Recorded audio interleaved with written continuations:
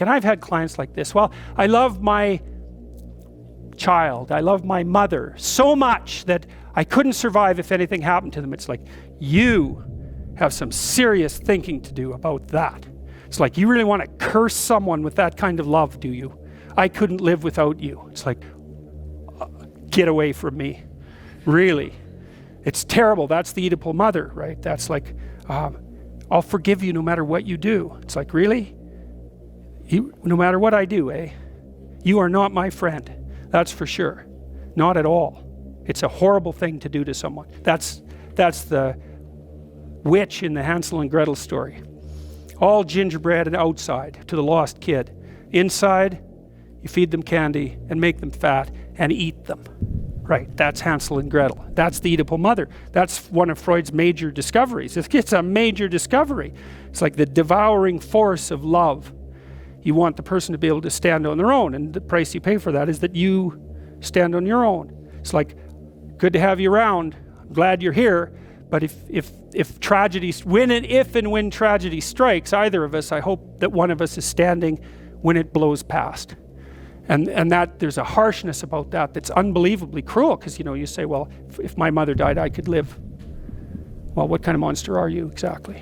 The death of your mother doesn't do you in? Well, it turns out that being a monster is the right thing. So, and that's a rough thing to learn, but it's necessary to learn. Because it also makes you, at some point, for example, as you get older, by the time you're in your mid-20s, something like that, you should start having a relationship with your parents that's approximately one of peers. And you can tell if you have that. So here's a little trick you can use. So you have parents, obviously. They have friends. You probably care what your parents think, I would imagine. Do you care what their friends think of you? And the answer to that is, well, not nearly as much. And so then I would say, well, why do you care what your parents think of you then?